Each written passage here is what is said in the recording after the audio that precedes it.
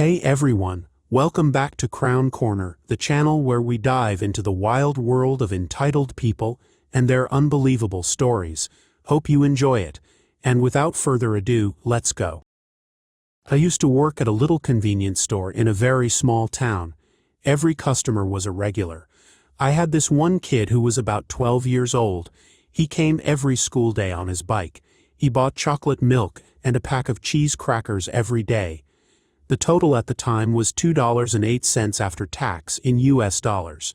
The kid always paid in change as if it came out of his piggy bank. One day, he came in with a look that said he had a really bad day. He shuffled through the store, grabbed his usual items but was short about 10 cents.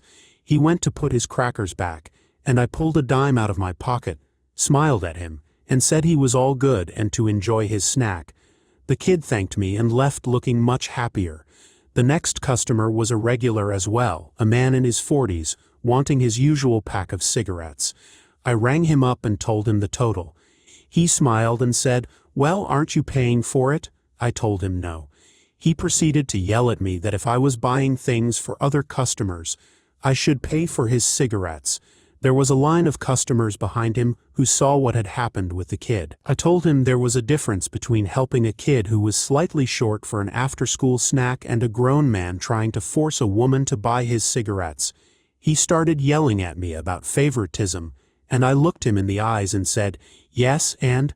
He proceeded to yell insults at me before I simply grabbed his cigarettes and put them back on the shelf. The guy shouted, "What are you doing?" "I'm buying those," I responded. "Not today, and not from me. Please leave." He started to reach across the counter, so I stepped back. It is important to note that I was about 7 months pregnant at the time, and stepping back revealed my pregnant belly. I am short, so the counter typically hid this feature. I wasn't doing it to reveal anything. I was just getting out of reach. The customers behind him started to get upset about him attacking a pregnant woman for helping a kid. The man was no longer a regular. He left in a huff, and every customer behind him started an after-school snack fund for the kid. It started with the first guy putting an extra $1 on the counter for the kid, and it just kept going until I set up a jar. The kid had free chocolate milk for almost a month before I had to go on maternity leave. Another Karen on a plane post reminded me of this lovely experience last month. Due to a new procurement process fiasco at work nobody cares about, I booked a flight to my conference destination really late. All that was left were middle seats or personally paying for an upgrade, which wasn't going to happen for a relatively short flight.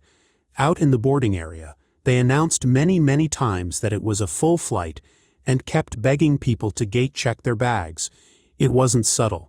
After they let all the military personnel, first class, frequent flyers and others who needed more time to board, my group got to plod down the jetway. Once we got onto the plane, I could see my fate before me. A wild Karen was sitting in an aisle seat. The middle was piled with Karen's belongings. Backpack, electronic devices, stuffed animal, snacks. And a miniature Karen was in the window seat happily kicking the empty seat in front of her so hard it was visibly shaking. Joy. That's Count's Rose. Definitely mine. When I got to the row, I pointed to the middle seat to indicate it was mine. Karen did not budge or move a single thing from the pile. I tried again with the whole, "Sorry, that's my seat" routine. She snapped at me, "Sit somewhere else." I replied that I couldn't do that. It was a full flight, and this was my assigned seat. Well, Karen wasn't having that. Did I know what kind of day she'd had? It had started the day before. Their flight was diverted. They missed their connection. They slept in the airport overnight. They just needed a little space. Sit somewhere else. She shoved her knees up against the seat in front of her, blocking my way into the middle seat even before she loaded it with her belongings. Then she shut her eyes and pretended to be asleep. I pressed the flight attendant button over her head and awkwardly crouched in the row behind so people could get past. We'd already made a scene and clogged up boarding. As I crouched there, I realized nothing about Karen's story made sense. We weren't at the big city airport where flights sometimes did get diverted. We were at the tiny regional airport that only had a couple of airlines that flew to a few major hubs. No connections happened there. There also weren't a bunch of other people griping about missed connections, diversions, or having slept in the airport. When a tiny regional airport has that happen, everybody knows. Karen was probably full of nonsense. Anyhow, the saintly flight attendant, SFA, arrived to ask what was wrong. She checked my ticket. Yes, that was unfortunately my seat. Then she asked Karen to see her and the kids' tickets. Karen kept her eyes closed and continued to pretend to be asleep. I don't know how she thought that would work, but the flight attendant shook her shoulders several times and kept speaking loudly to her. You must remember, boarding is going on all around this. People were hefting bags, trying to find seats, and the usual loud mayhem. It was ridiculous. SFA finally told Karen that if she didn't respond, paramedics would be called about an unresponsive passenger. That got Karen's attention. She popped up and demanded, "What? I'm trying to sleep," and then went off on the same rant she did at me about her travel nightmare and needing the space. SFA explained that it was a full flight. All the seats were booked, standby passengers were waiting for any extras, and Karen needed to let me sit. This sent Karen into wails over being separated from her baby by a stranger. SFA pointed out that she booked the aisle and window seats herself, leaving that separation, so she could either ask me to swap or sit in them as assigned. That set off another rant.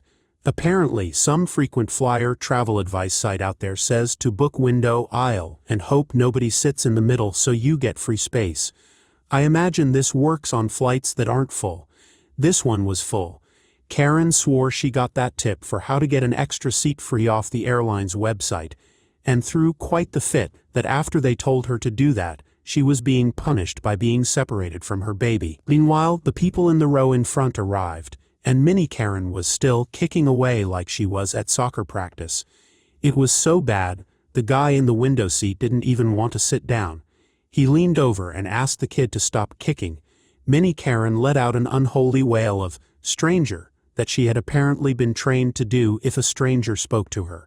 Karen turned from her screaming fit at the flight attendant to take in the scene of an adult man in the row in front, looking at her child in horror, and the child wailing, "Stranger," at the top of her lungs, only to turn right back to the flight attendant, while pointing at the man and demanding, "Get this creepy guy off this plane immediately."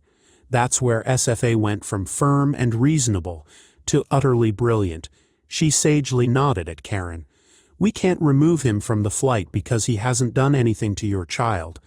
But we can certainly get you two reseated if you're not comfortable with your current location and situation. Gather your things. We'll take you up to the desk and see if there are any upgrades available to the more space seats." It was amazing. Karen puffed up in self-importance as she gathered her now happy child and all their belongings.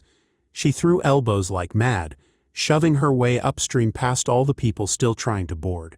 She'd heard the magic word upgrade, and she was going to get there before it was gone. I sort of muttered to myself that they probably were upgrading her to make her calm down, and was not thrilled that her ridiculous display worked. Then SFA's coworker came back to ask if I preferred the window or aisle to my middle seat. "Aisle, thanks." At least I got that right. It got better. SFA's coworker explained that I could relax because Karen and her child wouldn't be returning. There were no upgrades. It was faster and easier to get them off the flight that way than calling security. They filled the seats with waiting standby passengers, and presumably Karen had plenty of space to sit next to her Mini Karen in the terminal while waiting for the next flight. Well played, SFA, well played. Background: I work with a client services center and do project planning and oversight. I have privileges and security clearances to that which not even low management have, but no authority to delegate tasks or make requests. This is important because a low-level manager can order me to pull client-restricted data they normally don't have access to, while they have to go through their superiors to make this request. Technically speaking, once the request is granted, they can continue to request the restricted access report. It's a loophole that one of the low-level managers took full advantage of. Introducing Tammy, she's one of 3 leads for our call center department. Tammy is very much your typical sneaky, backstabbing witch who has a chip on her shoulder for anyone standing in her way for getting what she wants. She made a series of requests to ask for two separate reports. One report would detail one half of a piece of confidential order placement information, while the second report would detail the other half of the order placement information. By itself, these reports were intended to spot inconsistency errors that might fall through the cracks, as in, show all orders placed from 12 a.m. to 11:59 p.m., but show personal client information A on it. Second report shows all orders accepted from 12 a.m. to 11:59 p.m., but shows personal client information B. Tammy was then combining the reports as they always matched to get both sides of the order placement puzzle. This information was used to access client order pages and change data without the client being on the phone or without the client's knowledge. This is a huge no-no. As these things go, Tammy got discovered going into clients' orders as if she had their permission. Rather than fess up to doing anything wrong, she threw Emmy under the bus. Limecherry gave me this information and does so daily. See? Tammy and I were temporarily suspended without pay until the investigation was over. Turns out no wrongdoing was discovered on Tammy's part nor my part, and the loophole reports were stopped, as they were irrelevant. Because of the way the investigation was handled, it went on my permanent record, and my low-level government security clearance that I had earned was given a red flag. It was the equivalent to a major slap on the wrist, but no harm, no foul when it comes down to the seriousness of it. Still, for her to throw me under the bus like that, I took it personally, as she knew exactly what she was doing. She had me as a scapegoat if she ever got caught. Nearly a year goes by, and I was given a task for some forensic research on a closed-off, highly controlled database. Many department leads were involved, including Tammy, whom I had little contact with after the above incident. I took several painstaking weeks to sift through several 100,000 records, and this was supposed to be routine data queries. What I found was something different. A massive series of date errors that didn't match up to previously compiled reports taken from the time the orders were active. Vastly different order placement turn times, most of which seemed to be taken and handled by employees from a certain department, led by a certain witch. This wasn't even what I was tasked to find, I just happened to come across it by accident. I reported it to my supervisors, and was given the go-ahead to investigate further. Turns out that Tammy and several other leads in her department had been using the client order placement login to manipulate order placement times weeks after the fact, so it made them look really good. Because the client appeared to change the order dates, no red flags were present when the first investigation took place on active orders. They were manipulating past orders a little at a time. They were the top department for months on end because of this, and even got bonuses and recognition.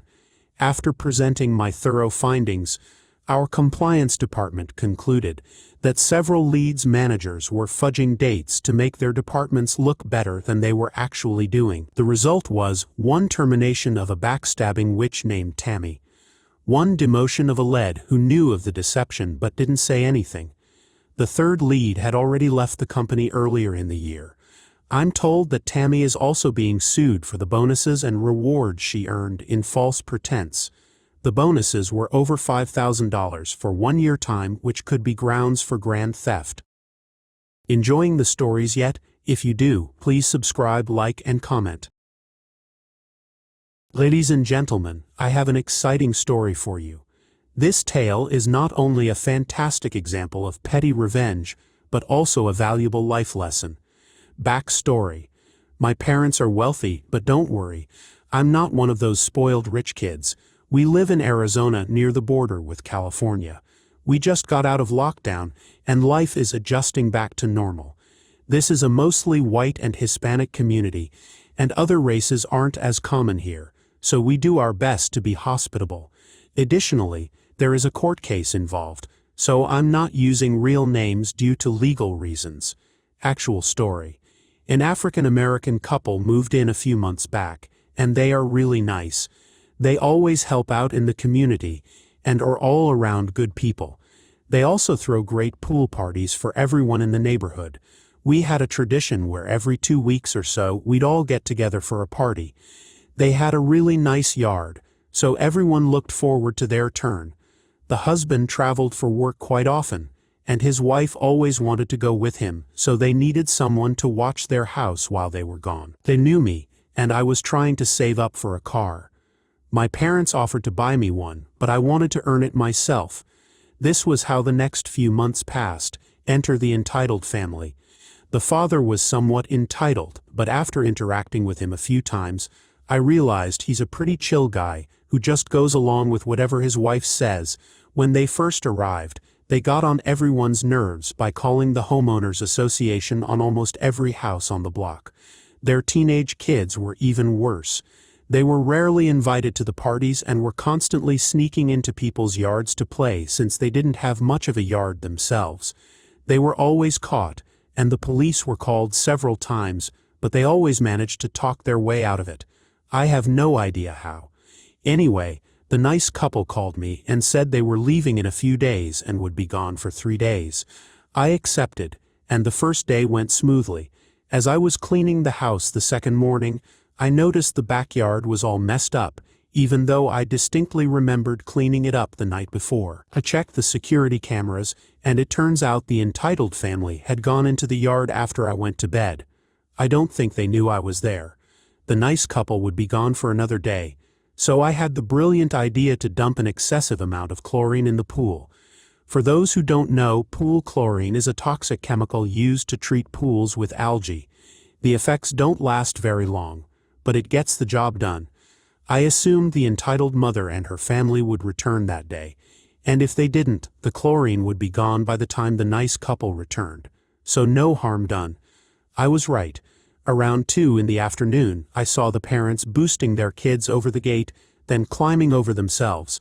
They were really excited about being able to do whatever they wanted, and all of them, except the father, jumped right in. Splash instantly. They were all screaming in pain. Chlorine causes rapid hair and skin irritation, so I knew they wouldn't be coming back anytime soon. I burst out laughing, loud enough for them to hear outside, and their bright red faces suddenly paled.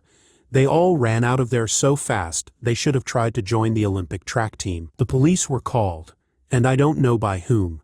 They arrived a little after the nice couple got back. The couple asked why I was laughing, and I showed them the security footage and explained what I had done. Pretty soon, they were laughing right along with me. The police arrived at the house, and I repeated the process. They didn't laugh but had a hard time holding it in. The officers went over to the house and questioned the entitled family. They lied, even though the police could see the chlorine effects all over them. The officers asked if the nice couple wanted to press charges, and the husband grinned and said, "Absolutely." There is more to the story, including the court case, but I can't legally publish it until the case is over and becomes public record. Let me know if you want to hear about that, and hopefully you learn something too. Peace. Around the beginning of the pandemic, I landed a job at a well-known United States fast food chain. The general manager was a tall, stocky, bald guy who really liked my interview. From the beginning, he told me that he hired me with the intention of making me a manager someday soon. So I worked hard every day, proving my worth, often doing the work of a full staff, around 7 to 8 people all by myself. I worked this hard because my previous job had just laid me off due to the effects of the pandemic on the hospitality industry, canceled vacations and so on, and I was just happy to have a job. In order to become a manager, you had to take the ServSafe exam.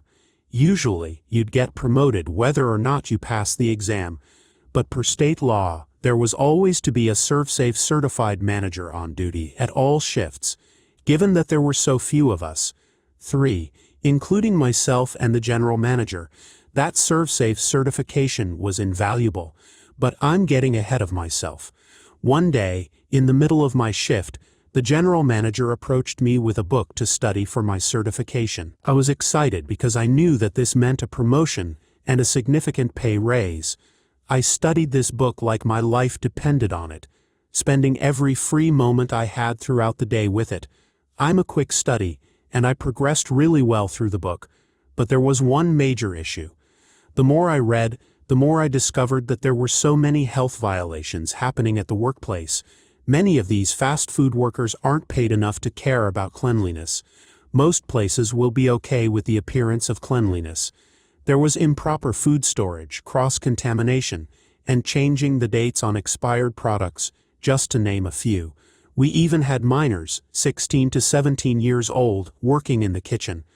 I decided to approach the general manager about my concerns, hoping that we could work on fixing a few things. Instead, I was met with him snarling back at me, "Just do what I say." I was shocked. Then he began to make my life as miserable as he could.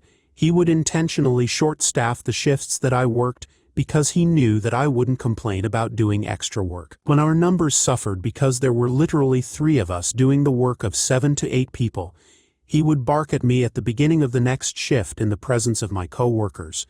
He went in deep, calling me worthless and all types of names just to degrade me. He would normally threaten my job about 2 to 3 times during a shift. I began to gaslight myself into believing that I was in the wrong and needed to work harder. It didn't really click that I wasn't doing anything wrong, until one day when I stopped by during the morning shift. I worked nights, to check on something. I noticed the morning manager clock in, then go back outside to smoke and have breakfast. I was so shocked because no one said anything. I approached one of the morning guys that I knew I could trust and asked him if this was a normal occurrence. He said yes, along with so many other things that this female manager got away with that I would probably be fired on the spot for. During this entire fiasco, after many breakdowns where I would go to the freezer to cry, I did it. I passed the ServSafe exam. I was very proud of myself. If my life was miserable before, I don't have the words to begin to describe what my life became after getting certified. Apparently, and I have no way of verifying this, the general manager became threatened by me and intensified my misery. I forgot to mention that in an attempt to save money so his numbers looked good, he would literally make some workers work days for free. Let me explain. I noticed that some employees would work double shifts 5 days a week and get paid the exact same as the workers who worked normal hours. Hard work is rarely, if at all, rewarded in the United States. This man would manipulate the time clocks to essentially force some of the more gullible employees to work overtime and only get paid for 40 hours. I kid you not, there was this young girl, fresh out of high school, who would somehow manage to work over 70 hours a week and only be paid for 40. She somehow thought this was normal. Here's the kicker. While he was manipulating the clocks and abusing some of these kids, he would always be on the clock even when he'd left for the day. One day, I had the audacity to clock him out because he wasn't in, and this man gave me the tongue lashing of a lifetime the next time he saw me. Now comes the karma, and it was sweet. The thing about cosmic justice is that it has a sense of humor and irony. I specifically remember that in one of my general manager's tirades, he would tell me that I would be coming in here as just a customer and not an employee at some point. Keep this in mind because this is important for later. So, one random Tuesday morning, I'm still recovering from the previous night's shift when I get a phone call from one of the morning employees. She could barely get a word out in utter shock, but I made out that she was saying, "They just fired the general manager." I let out a maniacal laugh that I'm sure my entire neighborhood heard. I laughed to the point of crying. Apparently, the store was doing so badly that it caught corporate's attention. They sent a couple of guys to do an audit, and get this, they pointed out every violation that I had previously pointed out to the general manager. It was so bad that they fired him on the spot. The corporate guys became our acting general manager, and the store had to be shut down for a couple of days to fix the mess it had become. Remember how the general manager said that I would one day come to the store as a customer and not an employee? Well, guess who ended up coming to order food a week after being fired? I almost snapped my ankle running to the front to serve him with a smirk. To make matters worse, his wife left him after he was fired. Apparently, he was cheating on her with the morning shift manager. It all made sense now, how she got away with anything. We only found out because she used his phone to text the workgroup chat, exposing the affair, and telling us that this man had contracted an infection from the affair.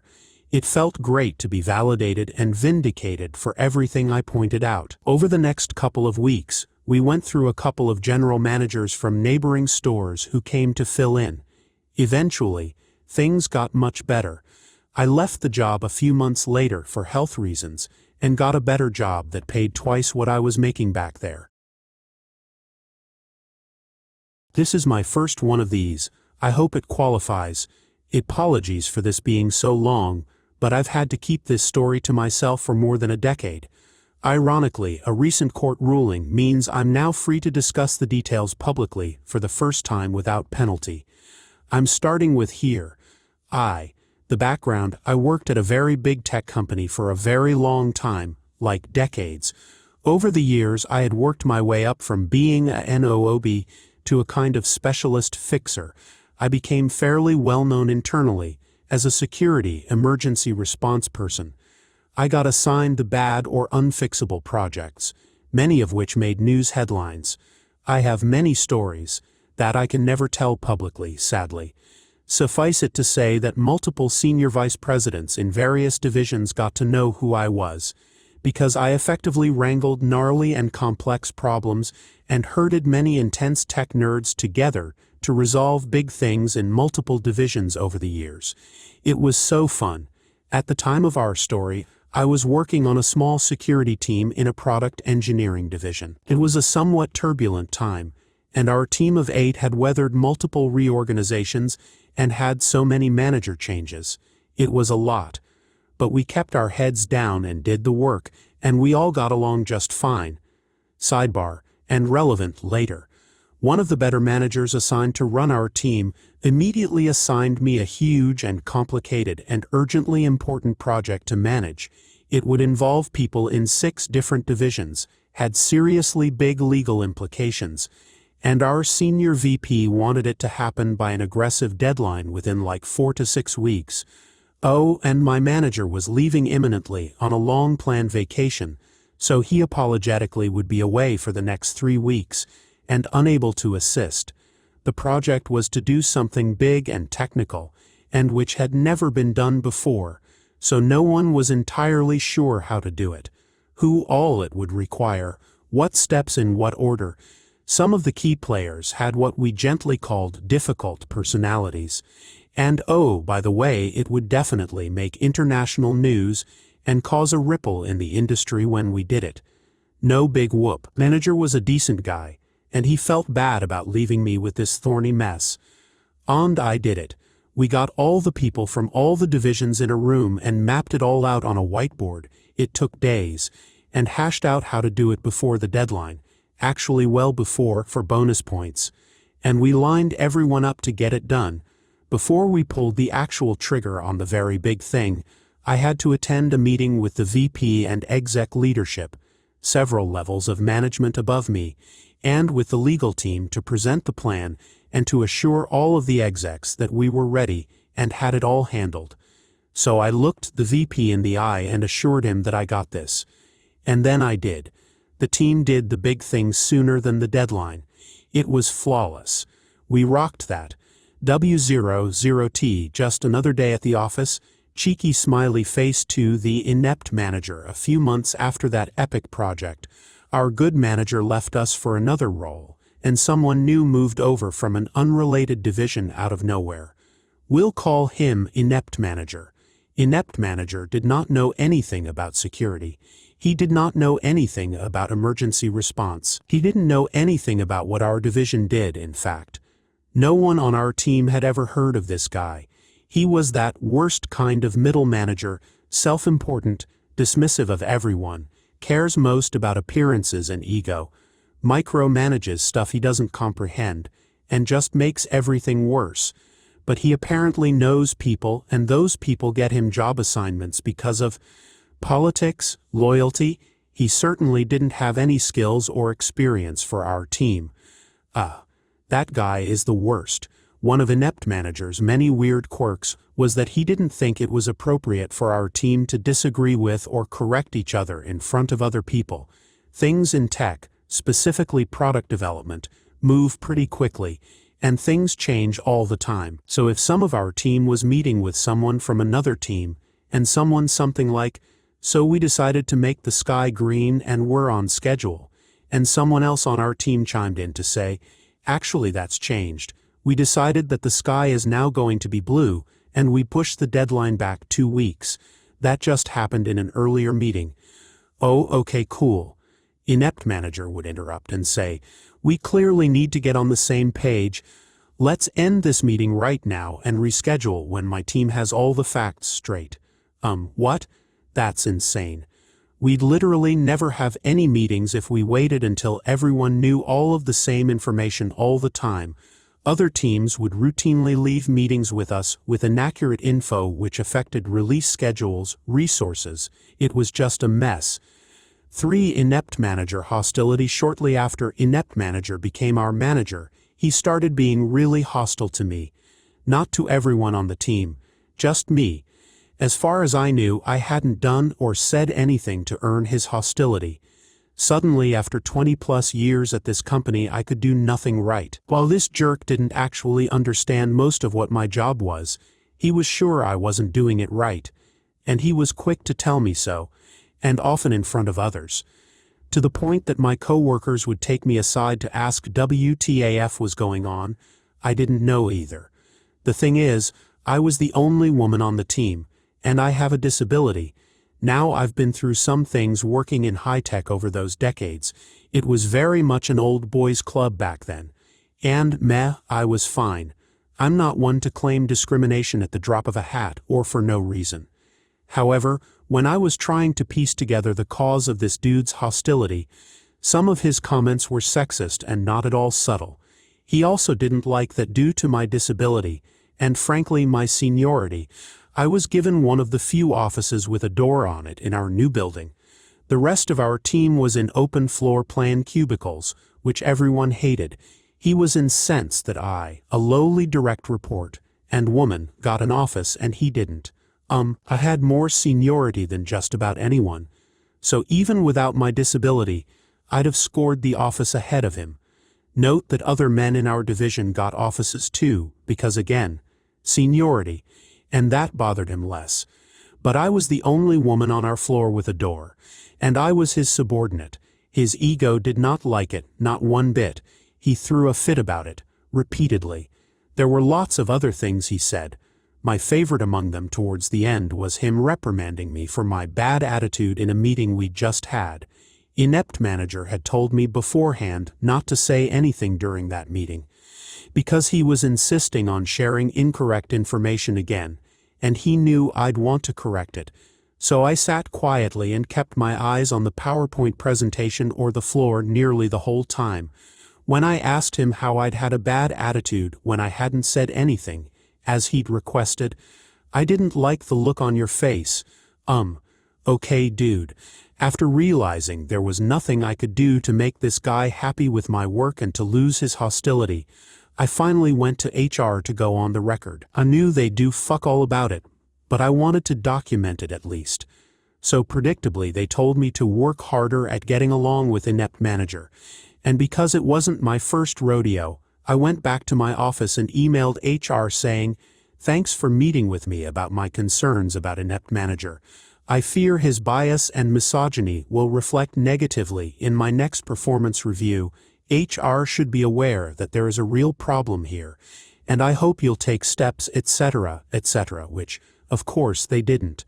But now it was on the record. The axe falls, and then, a few months later, he gave me a terrible performance review, as expected. Long story already long. He was trying to fire me for underperformance. Unfortunately for me, the company had started rounds of layoffs all over, and it was the worst possible time to be looking for another job internally. And now I had a bad performance review on my record too. I went back to HR and said, "That thing I said I was worried would happen when we met 6 months ago. That happened, exactly as I said. Now what? HR, once again, was no help. Also, they'd done literally nothing. But hey, it was on the record again. Helpful for the attorney later. Blah blah blah. When I realized I couldn't find a new gig at my company because of all of the layoffs, sigh, I scored a new job for much more money at a different local tech company, and pretty quickly. I live in a tech-heavy area. There was lots of shuffling between 3 to 4 big companies during this time period, and we'd often bump into other company veterans at these other companies. It was a small world. With my track record and references, it was super easy. After that was lined up, I called an employment discrimination attorney to negotiate my exit from the company I thought I'd work at until I retired. Sad face. Because I had documentation with HR explaining inept managers' misogyny and ableism, going back for some time, and because they'd done fuck all about it, and because there were witnesses who confirmed his behavior, they had no leg to stand on. They agreed to write me a relatively nice check to go away and to not sue them, and I agreed to not talk about the details of my separation agreement. I went down to my lawyer's office and signed the agreement. I looked to see who had signed the agreement for the company. I assumed it would be someone in HR, but it was still blank. I'd eventually get a copy once someone there signed it. I took my check and packed up my office and left. Bye, old company. Sad face. I started my new job a few weeks later. Karma begins. This was August of that year that I left. I got my copy of the executed contract in the mail in October. Who signed it for the company? Not HR, but my exec VP, the one who asked for the urgent, highly important, legally complicated project. The guy that first looked in the eye personally, and then delivered on this very big thing he personally asked for, before the deadline he asked for. That is who signed off on my separation agreement. I suspect that he had no idea until that moment that I was gone, and I imagine that he likely had many questions about WTF had happened. And also, why did they have to pay me a chunk of money on the way out? Whoops, I chortled when I saw it. Since the VP knew me and we had some history, and inept manager was new to the division, and was one of hundreds of middle managers he'd likely never heard of, I'm guessing inept manager had some explaining to do. Mwah ha ha ha ha. I really enjoyed the thought of that. Karma for reals. Cut to November. As I mentioned, it was a relatively small tech community in the area, and those of us who worked in security in particular at Company X would often encounter other current former colleagues at Company Y or Z or whatever. Heck, there was a ton of poaching going on between the companies. One day I got an in-company chat from someone who'd worked in security at my old company. We'll call her security colleague. Security colleague asked me if I knew someone named inept manager, opening parenthesis, exclamation mark, closing parenthesis. Why yes I did. Why? Because inept manager was appearing on security colleague's schedule to interview for an open management position the very next day. It seems that shortly after my former exec VP had signed my separation agreement contract, inept manager was actively looking for a new job at a new company. Hey, security colleague asked me what I thought about inept manager. I said, I can't really talk about it for legal reasons, which, boom, everyone knows what that means. But if you wanted to ring my personal cell phone later this evening to catch up on old times, please do. She did. I hypothetically shared some stories with her about inept manager. I also told her where his hot buttons are, the appearance ego thing, the dominant stuff, etc., and all about his misogyny and ableism, which was perfect since she was conducting his interview.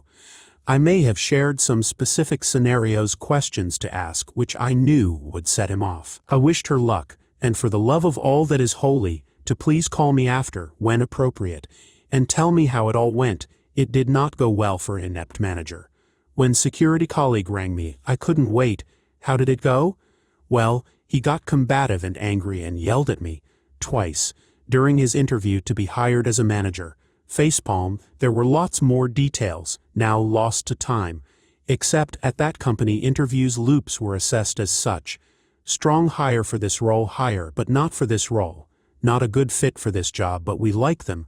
No hire ever, not for any role. Inept managers interview was rated that last one. No hire ever. Blacklisted from any job ever at one of the biggest tech companies in the world. After being pushed out the door of one of the other biggest tech companies in the world. Derp. Shortly after that, it appeared that inept manager moved himself and his wife and kids a few states away to work at a smaller company in another region.